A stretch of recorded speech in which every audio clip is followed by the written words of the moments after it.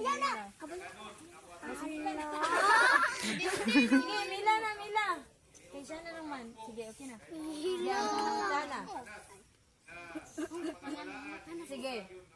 Unsa nga verse ang nag-ingon nga be kind to one another. Tender-hearted, forgiving. Ay, kapalo. Oh. Ayaw ba? Ayaw sama ba? Sige. Tama. Tama. Sige, kantahon din nato, be. 1, 2, ready, go. Be kind to one another. Tender-hearted, forgiving one another. As God in Christ forgive you. Ephesians 4:32. Ephesians 4:32. Tama, di